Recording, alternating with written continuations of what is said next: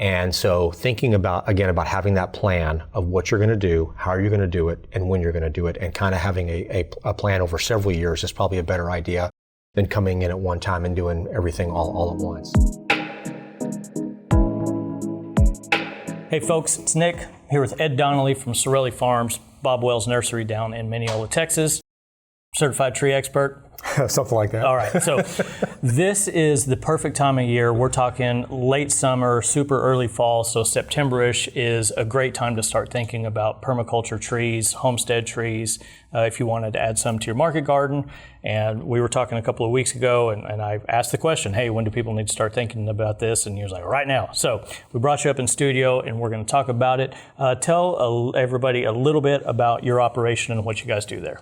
Sure. So we are one of the largest providers in the state of Texas for people who want to purchase plants for an edible landscape. That could be fruit trees, nut trees, citrus, berries, vines, you name it, we pretty much have it. And not only do we have it, but we've got, tons of different varieties. We have a lot of varieties that people have never even heard of, things like pawpaws and jujubes and all kinds of other unique items. And you got these super hot trays down there too, right? We absolutely have these right there in the store. Yes, sir. Good deal. And I also want to note that you guys do have a pretty steady stream of ongoing workshops that you guys do and provide this area with. So everybody keep a follow on that and keep up. But first and foremost, let's talk about why September is a good time to start thinking about, or at least the planning of what we're going to be doing for next season. Yeah, sure. So when we look at planting seasons, a lot of people don't realize that actually the fall is a great time to plant. It's probably the best time to plant because your trees are going to go through root development while the rest of the tree is sleeping during the winter. It's going to put all that energy into root development. And you want to start thinking now about what you want to plant because pretty soon it's going to be October, November before you know it. And generally people don't have a plan for where they're going to put their trees. What kind of trees do they want? What specific species of peach or apple or plum do they want? And then also what's going to be the long-term plan for care and maintenance and watering. And those things need to be thought about ahead of time so that when they actually do come into the store or buy online, they know what they want. They can just come in and get it. And they're not having to think about all those things after the fact. Now, the way everything is these days, the internet is full of information. Do you find that, like you can type in, hey, how do I plant an apple tree, not realizing or failing to recognize that there's so many different varieties that some may not grow here, some may be best suited for here, some may be best for a different need. So finding a local/regional nursery is really the way to go. And you guys do ship nationwide. Correct. Although I suspect that most of your sales kind of center around this area. That is correct. We do ship all over the U.S. We do carry varieties that will do well in, I would say, 80% or more of the U.S. There's going to be some extremely cold hardy varieties, say of apples, that we don't carry because they just suffer here during the summertime. Sure. Anywhere from South Texas up through most of the Midwest and points east and west of there, we have trees that will do well in there, or plants that will do well in those locations. So the next thing people is going to start to consider is, do I get bare root or do I get container? You guys do both. Mm-hmm. I know that some of the supply may be a little different than others, so kind of walk. If I'm a consumer and I'm looking at these two different types, and bare root seems like it's going to be a lot cheaper way to go versus container, let's walk through those two scenarios. Yeah, so there are definitely two methodologies for planting trees especially, and they do have their pluses and minuses. First of all, let's talk about the bare root trees. The great thing about bare root trees is they're generally cheaper and they're a lot easier to move. If you want to buy 10 or 20 or 30 trees, if you want us to ship them to you in Kansas or North Carolina, it's a lot easier to send 20 or 30 bare root trees. Because it's one box. Because it's one box generally. Usually about 10 trees per box or per bundle, depending on the size of the trees. Okay? The downside is that you can expect some loss with bare root trees. You're probably looking at least a 10% loss with a bare root tree, whereas you're going to have a more mature root system in a containerized tree that's going to have a better chance of taking. All right, so how about this? How does it work to grow out that nursery stock for the bare root? Are you guys like taking them out of container and shaking all the soil loose? Like, how does that work? I have no idea. No, it's actually much more involved than that. The seed the rootstock actually gets planted the season before. The rootstock begins to grow, and the following season, depending on what variety it is, we actually come back in and we do what's called a T-bud or T-graft, and graft on the specific variety. Let's stick with apples here for just a minute. Maybe it's a Granny Smith, maybe it's a Honeycrisp or a Fuji or a Gala. After that graft has begun to grow and take off, these are all planted in the ground in rows. The rootstock is cut off, and now the graft is taking all the energy from the roots and growing up. Then in the wintertime, we come back and we actually dig those out of the ground, and they are dug by the hundreds, by the thousands, sorted by size, sorted by variety, and then sold. So it's a very involved, very complex process. It sounds like you need to charge more for this whole thing. So how, like, you guys plant the seed stock, you do the grafting, you pull it out of the ground. Like, how long is that a full year, or could it be more? For most of your stone fruits, peaches, plums, nectarines, it's about 12 to 16 months. For your pears and apples and some of the apricots and other things, it's generally more like a 2-year process. Okay. Those other varieties need a little bit more time in the ground. They're considered what's called a dormant bud because they're held over for a winter. The stone fruits are generally called June buds because they're budded in May to June, and then they're ready to go that following winter. And see, I like people to understand this process. So when you're looking at a price and you'd be like, how come it's so expensive? Just imagine what it'd be like if you're at the farmer's market and somebody said, why is this tomato whatever you're charging for it? And they don't understand the whole seeding and the trellising and the pruning and everything it takes to get to market. I mean, you guys are faced with the same thing. It's not just magically appears. There's a whole you got to have irrigation and land and labor and all this stuff to do this. So yeah, it's very laborious. And so then once the trees are brought in from the field, we heal them in with the process of what's called healing them in, which is basically temporary burying them to protect them from the cold and also to make sure that the roots stay moist. And then we sell a lot of the trees bare root. The other trees are put into containers and they're sold year round. The great thing about the containerized trees is they are sold year round. They're available anytime, whereas the bare root trees are going to be available generally mid-January to early March. It's a short season, especially here in Texas. The container trees are available year round. They can be shipped generally year round, and they've got a much more robust and larger root system that's going to increase the chances that the tree is going to live after planting. The downside is they're heavier, they're a little more difficult to transport, and they're going to be a little bit more expensive. Okay, so your package comes in the mail with the bare root container, post-delivery care. Let's discuss the bare roots first. The bare root is going to arrive in a bag. It's going to have the gel in it to help keep the moisture in. If they're not going to plant right away, what they're going to want to do is they're going to want to put that in a cool place, just for a few days, and then get them in the ground as quick as they can. With the containerized trees, we also do recommend trying to get those in the ground as soon as possible. The bare root trees will need to be soaked.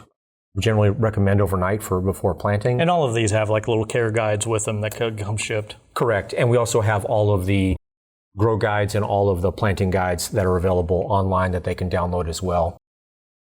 But yeah, once the trees come, we do recommend getting them in the ground right away. And it's a matter of either soaking them overnight for the bare root trees or taking the other containerized trees out of the container and getting them into the ground. Before all of that, we're putting the cart before the horse. Sure. We need to take a look at our piece of property and where we're going to put these trees. We're talking about how much space do they need? Is there any shade, sun requirements? Let's talk about irrigation as well. Site location. Site location is important, especially if you're talking about somebody that wants to plant 10, 20, maybe even 40 or 50 trees.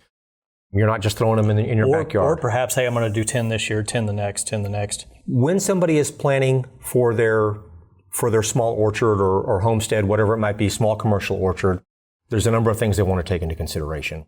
The first is going to be location. We're generally talking about full sun. Also, we want to look at what is the soil like. Is it sandy? Is it sandy loam? Is it clay? Each one presents its own unique challenges. Sandy soil tends to dry out a lot faster and it's going to require more water. The clay holds the water longer, but if you have low spots and the water's going to sit, you have chances for root rot. So you have to think about that.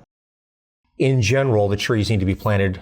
We recommend a minimum of 15 feet apart. 20 feet is more appropriate and more recommended. And that could also change if you're mixing up the trees. Like you're not just going to have one of let's say a row of peaches. I know we're going to probably get into varieties here in a little bit, where a mulberry could grow vastly bigger and would need more space. Correct. So there are certain varieties like mulberries, pecans, some other trees that are going to get significantly larger.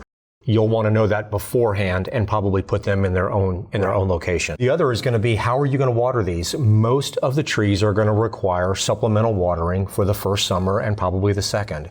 And whether that's going to be a temporary system that you put together with PVC or with some of the black poly like you guys I'm sure carry, the customer needs to think about how are they going to keep these trees watered for the first summer or two. And understand that you're dedicating not only the money allocation to buying the tree and digging and putting in the irrigation, but it's a daily task or weekly task to ensure that these things are watered throughout the first couple of years of their life. Absolutely. Especially for folks that are here in the South. We go through long, hot, dry summers. Thankfully, this year we had a lot of rain in July, but I don't think we've had rain now in over a month. Yeah. You cannot just put your tree into the yard or into your orchard and expect it to live through a summer like that. You're stewarding the land. I mean, correct. You chose to do this, so you're choosing to invest in that time.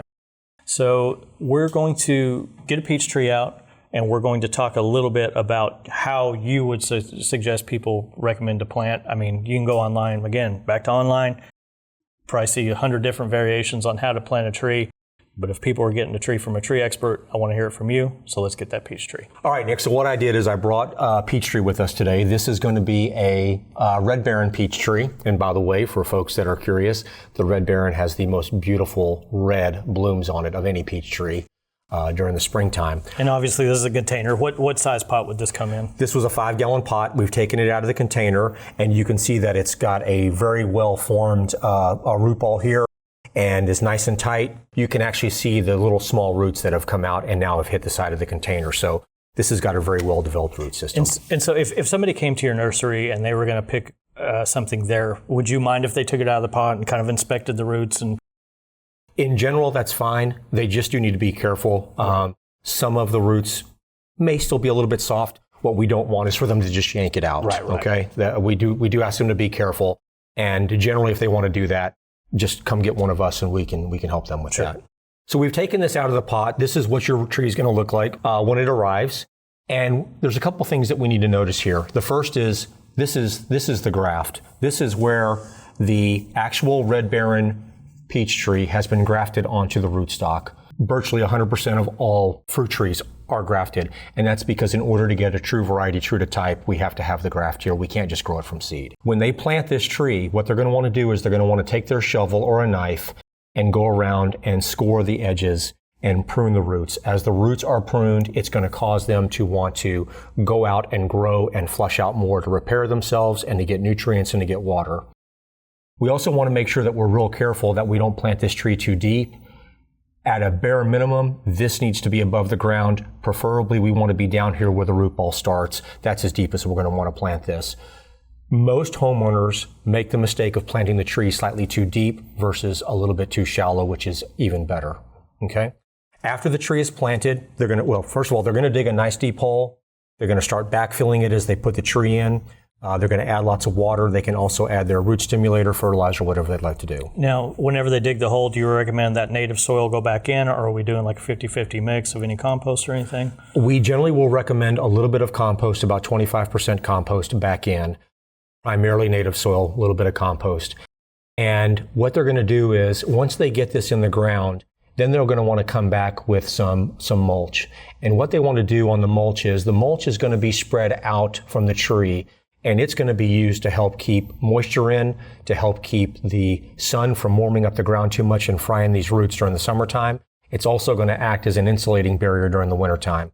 We want to keep it nice and thin here by the trunk. We don't want to build up a lot by the trunk. And it's my understanding the tree is taking in a lot of oxygen, particularly around this area. Yeah. And so if we're covering that up, like you see a lot of times, it's restricting that airflow. True. And as the dirt piles up around the trunk, it's going to create avenues and places for both disease and pest to get in here. That's the number one location where it's going to get in. So we want to keep the mulch nice and low here, and we want to get thicker as we go out from the tree. And a lot of times you'll see online where they're calling it a well, where it's like a circle or a ring, yay or nay? I don't necessarily do the ring to hold the water in. I'm just doing the mulch thicker on the edge, on the outside, and thinner here. It will hold in some of the water, but the mulch is going to be porous, so it's going to drain out faster. I don't necessarily recommend an actual volcano type ring around the tree. And part of that mulch is like to keep mowers and trimmers away from whacking at the tree itself. Exactly. It's going to help keep the weeds down around here, so you're not having to mow and around it. And yes, one of the main problems that you have is the mowers come in, they scratch the sides, a disease gets in, it starts to have a place where pests are going to get in there. It's going to stress the tree. So yes, it's going to create a nice barrier around the tree as well. I also like that the root ball is going to sit just slightly above grade around the rest here. And again, that's going to keep us from getting this too deep. They may even want to come in here once they get the tree and just scrape a little bit of this away to just expose the root ball a little bit better as well. But once they've got it into the ground, the hole is going to be about this wide. As they're backfilling the dirt, they want to keep watering and get that dirt to settle in real nice, get rid of any air pockets, and keep the root ball nice and moist. So the air pockets, as they're backfilling it in, maybe we tamp that and water it in and tamp it a little bit more just to get that out. Yes, and what I tell people is water it like you're trying to drown it. Make it a mud pie all around this. Get it nice and wet, get those air pockets out, push it down a little bit with your hands or with a tamper, and then you should be good to go. Is there any difference between planting a tree and a berry bush or a grape or anything like that? In general, they're going to be the same. Okay, so let's assume homestead, market gardener, homeowner, they're thinking about fruit trees for the first time. It is a long-term investment. What do you see people come in and want to start with that maybe they should back away and like ease into this a little bit? Like what are the things people like get overly ambitious with and they come in? I could see, hey, I want to plant 100 trees this year.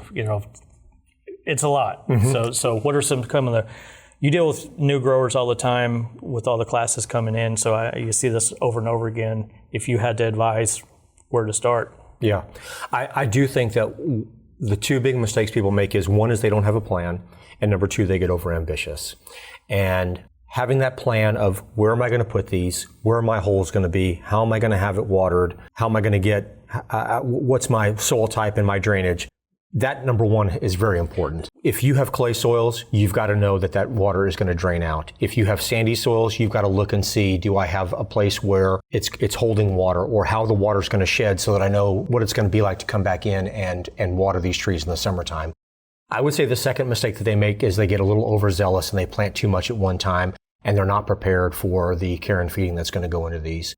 These trees are going to need fertilization. They're going to need to be sprayed for pest and disease. Which means sometimes some equipment, whether that's a backpack sprayer or a granular spreader. Exactly. So just things like that. Have a plan. Don't get too overzealous. I know, and I understand the feeling that people get into of, well, I want to plant everything now because I wanted to do this 2 or 3 years ago, and now I'm behind schedule, and I don't want to have to wait because it's going to take a year or two before these start producing fruit. I get it, but if you get overzealous and you plant 20 trees and 5 of them die, it can be defeating. What do you see like the top 5 or 6 tree varieties? We're talking fruit, nut, or possibly berry bushes, and we talk a little bit about grapes. So if somebody came in and is like, look, I just want to get going, what are some easy wins that people could start with that maybe you have that maybe the big box stores don't, mm-hmm. that are a little bit more adapted to this area? And we'll talk a little bit more about that later. But like, I came in fresh off the street. I want to plant some fruit trees. What should I do? So there's a couple of good options, and it's going to be a little bit predicated on where the customer lives. I'll give you some examples. Here in Texas, peach trees do extremely well, plum trees do extremely well, but they do require more care and feeding than some other trees. Some of the things that might be easier to grow are going to be things like persimmons and pomegranates, things that require low care for the new grower. Mulberry trees, muscadines are a great grape to grow for people that have never done grapes before because they're native. They can handle the heat. They can handle all the things that are out there in nature. Generally what we do see though is customers want to plant peaches, plums, apples, pears, persimmons, and cherries. Those are the top varieties. Here in Texas, we have to be careful with cherries. We have certain varieties that we need to pick. Further north, people love to plant. They can plant virtually any variety of cherry, which is wonderful for them. Apples, we also want to be careful here in the South about which apple varieties we pick. We can steer people towards those. We also need to be careful here in the South with pears about fire blight. That's another problem. We want fire blight resistant varieties. So there are specific species like jujubes, which are extremely hardy both to cold, heat, disease, and pest, that you can plant anywhere, anytime. But if somebody wants to come in and plant a peach tree, we're going to direct them towards varieties that are going to do well in this area, or if they're in some other location and part of the U.S., we'll direct them to varieties that will do better in their location. Those kind of things are important to know. How about elderberries? I know that's a big financial driver for a lot of people at the markets. Elderberries are great. They are tough as nails. They can handle extreme cold, extreme heat. We have seen virtually no pest or disease pressure on the elderberries whatsoever. They produce extremely well, and they can get a great harvest within a season or two. I was in the landscape industry for a long time, and I'm just full of all these old wives' tales, and so I want to do a little bit of myth busting. One of the things I heard over and over again is like, hey, if you want to plant peaches, plant 3 or 4 varieties plus a separate pollinator to kind of help that. Yay or nay? True, false? Okay, so peaches are all self-pollinating. They can plant a single peach tree, just like the Red Baron that we had up here earlier, and they'll get peaches off of it. Generally, the tree will do better if it has a secondary variety planted nearby for cross-pollination. That could be matched up with a Harvester or a Loring or Ranger or Red Haven or any of the other 30 varieties that we carry. So you don't have to have a second variety with peaches, but the peach tree will generally do better if it has a partner.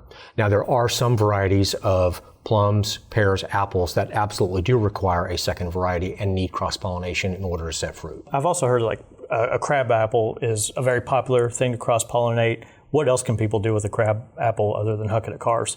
So crab apples do make a wonderful pollinator. If somebody's thinking about planting an apple orchard, a crab apple is an excellent choice to stick in there. Maybe have a few of them if they're talking about planting 50 to 100 trees. Great idea. Actually, the crab apples are on our easy to grow list.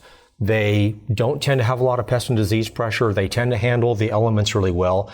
And actually, some of the crab apples, the fruiting crab apples, you can eat right off the tree. They're also excellent for canning, desserts, all types of other uses for eating and storing. And that's another thing I want people to consider is like, what's the end use for the fruit? And would that direct some of the different variety changes or selections?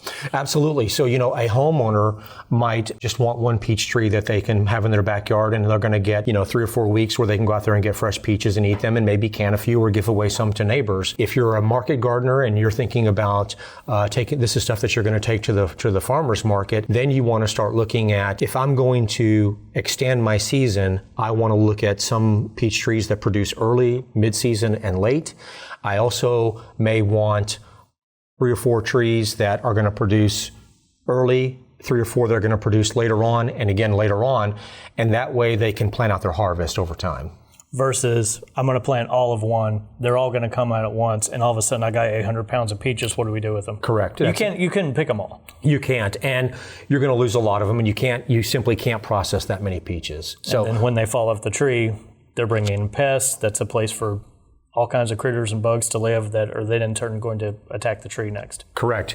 If your fruit is hitting the ground, you need to get it picked up and put away. We usually generally feed ours to hogs or give them to put them out in the wild and let the animals have them. A lot of times that we talk here at Bootstrap Farmer, we always go back, well, what's the variety? You need to adjust your variety to the cold, to the heat, to how it's putting out to the market. There's no way to say this peach tree is going to give you 25 pounds or X amount of bushels. So if you're planning, like you said, I'm going to plant 10 peach trees this year, so in a couple of years I can have peaches early, mid, late summer, so I can stay in stock at the farmer's market. Like, how much could they, on average, if we take a look at everything on a bell curve, hey, this is a low year, this is a high year, but on average, is there any type of number that we can put on a harvestable amount of fruit? Yeah, so harvestable fruit can vary significantly, and I don't want to set unreasonable expectations. Right. But let's take a peach tree, for instance. Once your peach tree is mature, we are likely harvesting 300 to 400 peaches every season. Now, that begs another question, which is culling or thinning. We do recommend, especially on peaches, you cull or thin. The tree will actually try to grow more peaches than it can actually ripen and mature. If you'll cull and thin those back, you'll get less peaches, but they'll be a lot better than a whole lot of peaches that aren't that good. Which is not dissimilar to I know a lot of times when we're growing clusters of tomatoes, it may put on 12, but if we cut that back to 6 or 8, those 6 or 8 are going to be awesome versus there's 2 great ones, they're a little worse, and then unusable. You might as well cull them and put that energy towards the better fruit. Yeah. So we talked a little bit a second ago about pest management. I want to start this conversation by going, you need the equipment and whatever type of biological controls or chemical controls on hand, ready to go. If you see a problem and then you try to order to combat that problem, you're looking at your order's going to be delayed somehow. Your order's going to get lost. Even if everything works perfect, you're still too late to treat that pest. So let's start there. What are some things that people can do from how often do they need to inspect the tree? What are some common signs of stress that they need to be looking for? In order for people to get a good harvest, they do need to be watching out for pests and disease. If somebody is a commercial market gardener, I would highly recommend that they plan on spraying every couple of weeks. What that might look like is this. During the wintertime, we spray dormant oil once a month. November, December, January, February, maybe March. The dormant oil is actually going to coat the tree. It is going to suffocate any pollen spores, or any fungal spores, any eggs that have been left on the tree from the previous season, so that when the tree comes out of dormancy, there's going to be less disease and less pressure on it at that particular time. So you're actually getting ahead of the game. During the season when the flowers start coming out, you need to start spraying immediately. And then most people will spray up until about the time of harvest. If you're using organic or natural ingredients, you can do that. If they're using chemical or synthetic ingredients, they need to just check the label for that. But I would recommend probably spraying about every 2 weeks through harvest, and then probably again after the harvest, using those same fungicides and pesticides every 2 to 3 weeks thereafter until we get back to the dormant season. I would hope people are putting eyes on their crops at least once a week on the tree. What are some signs of some pest damage? So there's a couple things to look for. One is going to be, especially with our stone fruits, is borers or gummosis. You actually can see the sap coming out of the tree. That can be caused for a number of different reasons. It could be borers, it could be physical damage, but they do need to be looking out for those things. Other things is simply you'll see whiteflies or aphids flying around the tree, looking at the leaves and seeing if they're discolored. There's just a number of different signs like that they can be looking for and ensuring that the tree is healthy. So aside from that type of maintenance, I know another yearly thing you need to plan for, and again, having the equipment ready, shears, pruners, maybe some gloves, a place to put the branches. When it comes time to pruning, I can't imagine that there's not 1,000 different lines of thought on how to prune a tree. So again, we're talking generalities here. Yeah. And you're correct. You can go online and find a lot of different opinions about how to... You have to do it in the moonlight, right, on the third Sunday of it. Exactly. In general, you're going to do it in the wintertime. Peach trees and other stone fruits are generally going to require an open center. The peach tree needs to grow out this direction so that the sunlight can get in to help ripen the peaches, provide a little fresh air during the heat of the summer to keep the pest and disease pressure down. Apples and pears are grown generally either with a modified center or a central leader with what they call scaffolds.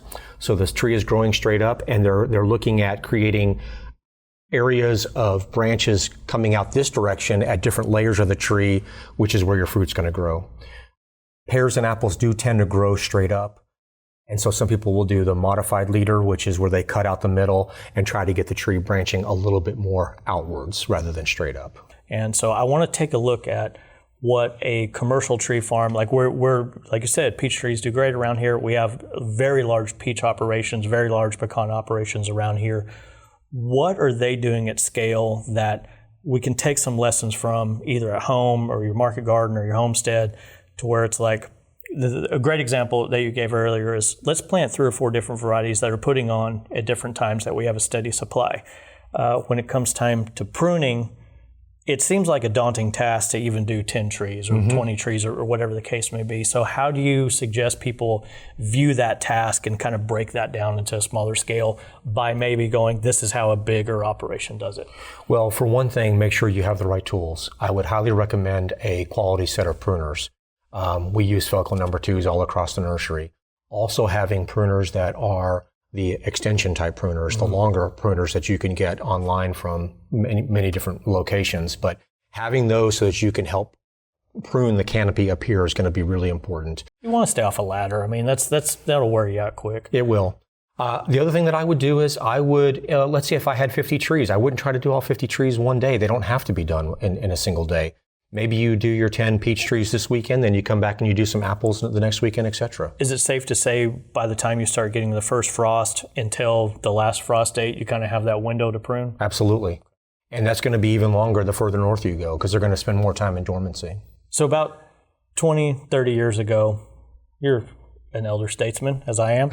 Remember you could go and buy bacon? You know, it's just bacon. Yeah. And now everything's applewood bacon. Where the hell are all these apple trees coming from? Where's all this applewood? That I don't know. Well, that's the only reason I brought you here. All the rest was fluff. I wanted to know about this apple bacon. Thank you. Tons of information on your website. I want people to keep up with, again, pruning workshops, tree selection workshop, gardening 101. You do a lot of medicinal herbs. Where can people find you? We're at bobwellsnursery.com. We have all of our workshops on the website as well as on the Facebook page. They can also call the main number with questions. It's 430-205-4757. I like the way you said that phone number. Thank you. That was very good. I appreciate that. 334. 334. So I would like to hear a story of somebody that came in, perhaps, and we're not beating anybody up here, but it's a lesson learned. What did somebody come in, possibly purchase a lot of trees, and then came back to you and be like, hey, this didn't work or whatever? Like, what did they do that we can look out for and maybe not repeat? Well, again, I think it's a matter of getting overzealous. And I think it's also having the right expectations. I'll tell you, I've got a customer that's up here near Texarkana, and they probably have over 100 trees. And when you have 100 trees that you're planting and you come in and you're planting 50 to 100 at a time, it's going to be a lot to take care of. And he's come in now for the last 3 or 4 years, and he said, you know what, we learned that we got too far out over our skis when we started, and we probably tried to do too much too fast. And so thinking about having that plan of what you're going to do, how you're going to do it, and when you're going to do it, and kind of having a plan over several years is probably a better idea than coming in at one time and doing everything all at once. This customer now has well over 100 trees in their orchard. They've learned that even though they know what they're doing now, they've been doing this for 3 or 4 or 5 years, they still are going to have situations where a certain tree didn't do well and they've got to come back and plant it. It's having those expectations. Well, that's a good question. It's like, say you plant those 10 trees, one is cashing out year after year, like it's just not doing good. When's a good indicator? Let's get this thing out of the ground. Let's replace it. You'll usually know pretty quickly. Within the first year, you're probably going to know whether that tree's got some issues or not, and whether it's going to live or not. It's a pretty good indicator early on. What about birds? I know people were concerned. I know that people put bird netting on certain bushes and fruit trees and things like that. Like how do we need to worry about the birds? Are we combating the birds? You know, depending on where you live, environments are going to be a problem. It's not only birds, it could be raccoons, it could be squirrels. There's a whole lot of different critters out there that are going to want to fight you for your fruit and for your harvest. Bird netting is good. We've never used it before. By the time the tree gets mature, and now it's 12 to 15 feet wide and 12 to 15 feet tall, to try to go out there and cover every single tree in your orchard with bird netting is a lot of work. Last question. Came up a lot of questions at the end, didn't we? That's okay. So we'll get people call in. There's this video. It's a very old video. Well, in YouTube timeline, it's one of the older ones. It's classic. There was a guy, I don't know if he's still alive or not, but he basically had a greenhouse in Nebraska and was growing all this citrus. And so people call us all the time, I want to do X, Y, or Z fruit tree in a greenhouse. I take issue with that. I don't think it's a good use of space for that type of investment. I think you can make way more money, which, look, we also have to decide, hey, there's some people that just have a greenhouse that want to have a good time, and that's their hobby, and hey, whatever. But we deal with farmers that are making their income off this, and it's way more important to me. I think it's a bad use of space. I also believe that a fruit tree needs a certain amount of chill hours, which we may be taking away if it's inside a greenhouse. Most of the citrus is not cold hardy. There are a couple of cold hardy varieties. They don't require that many chill hours, but I would agree with you. A greenhouse, the size of the greenhouse that one of your customers is going to buy is probably not the best use by putting citrus in there. Let's say with the caveat of, look, you're going to do some specialty dragon fruit or some type of lemons or limes in containers or something like that, and that's your thing that's going to separate you apart, but you still have to grow such a mass of it that you're likely to recoup what you got into the thing. But go ahead with the regular trees. Most of our customers that are going to do any type of citrus in the greenhouse, it's going to be as hey, I'm growing all this other stuff, but I want a couple of lime trees or a couple of lemon trees. It's kind of an add-on. It's fun. It is fun. You have to make this incredibly laborious and hard job fun for you, and to grow your own limes, even if it's just for personal use. I'm all for that. I do like 10% of a greenhouse dedicated to experimenting and trialing out and things like that, but to plant a whole apple tree, I don't know. And think about this too. We went through a very terrible freeze in 2021. If a customer has any difficulty with propane or electricity heating that greenhouse, or God forbid it caves in, that's those PVC greenhouses. Right. You're going to lose that crop. We lost thousands of trees in our greenhouse alone just simply because we couldn't keep them heated during that time. It was an unusual event, and those things are going to happen. And it didn't kill you. It did not kill me, thankfully. I'm glad.